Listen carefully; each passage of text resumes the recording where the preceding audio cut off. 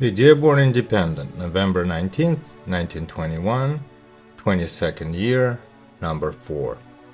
Mr. Ford's page. If the government tried to raise by direct taxation all the funds that are proposed to be raised by bond issues, there would be a great reduction in the amount of debt that is piled up upon the country. Bond issues are painless to the generation issuing them, but they accumulate their burdens upon the generation following. The enormous income of our government today is not put back into the country. 80% of it is used to pay for dead bond issues. Other generations shoved their burdens down to us, and we're shoving a heavier load down to our children. And through all the generations, the same families of bankers take interest from all of us. Interest is a parasite that is eating up our wealth without creating any wealth in return. There is a sentimental side to citizenship, and there is a practical side. The sentiment of country is one of the strongest and deepest rooted, and yet within that sentiment there is a room for the most active spirit of criticism. There is the idea of government as embodying the decree and confidence of the American electorate. And then there is the idea of government as a group of elected men who are performing important duties with more or less competence. It is perfectly plain that on the sentimental and patriotic side there is no danger of abatement. It is plain also that however high the idea of criticism may rise against the government per term, they are never strong enough to threaten the idea of government as the orderly expression of the popular will. So with that settled, anyone is free to proceed with his observation as to how the business of government should be administered. This is fundamentally different from proposing to change government or to detract from its dignity. Liberty, for example, is settled for all time. That is fundamental. The clock of progress will never turn back with regard to that.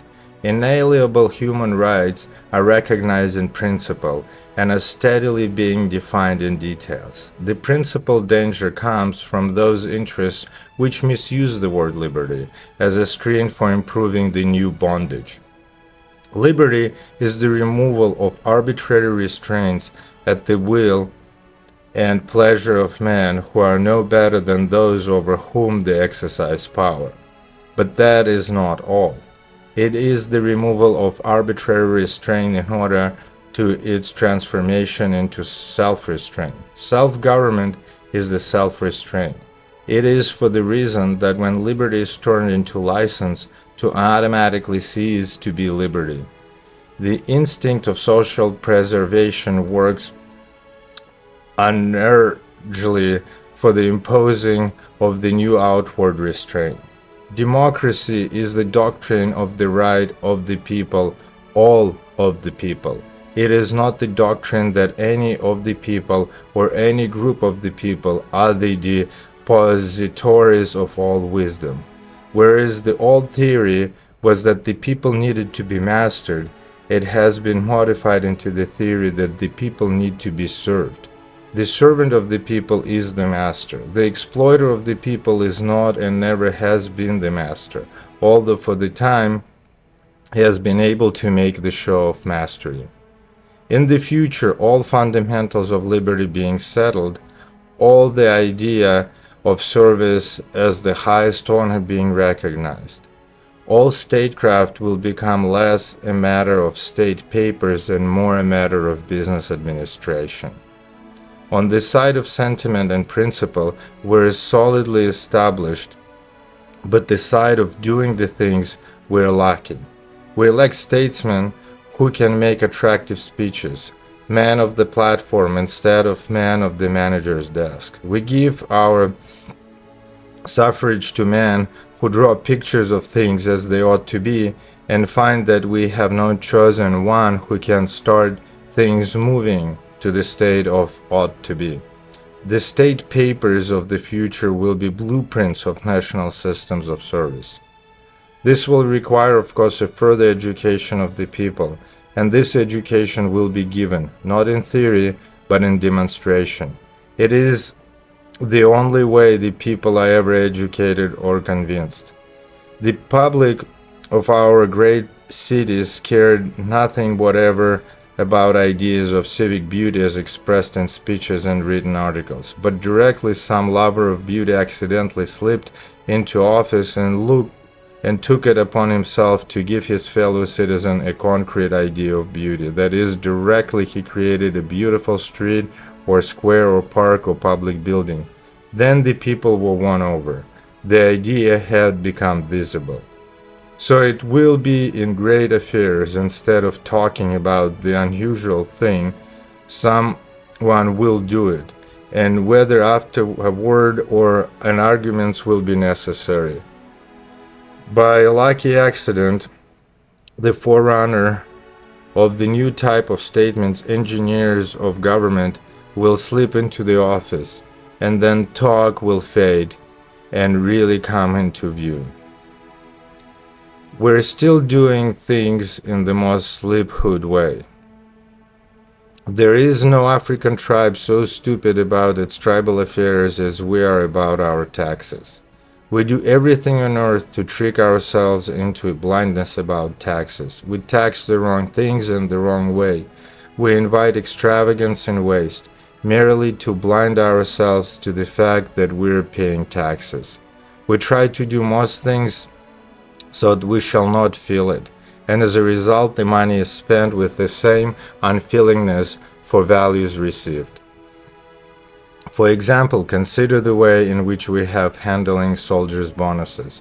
Everybody can be induced to go on record as favoring that something be done. But if government should propose to lay a tax, raise the money by direct tax, nobody in the country would favor it.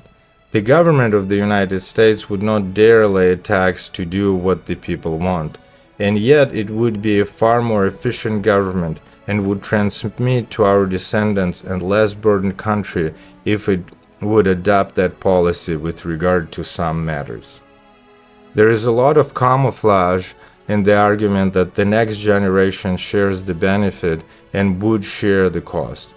But what the next generation usually gets is the whole accumulated cost, just as this generation from the preceding one, and the money lenders get a hold on several generations in one swoop.